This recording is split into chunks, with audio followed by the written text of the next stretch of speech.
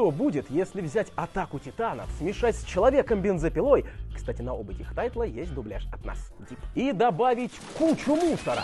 Получишь Гачакуту. Главный герой Руда живет в мире, где есть чистые и грязные. Чистые кайфуют, а грязные живут на свалке. Буквально. И угадай что?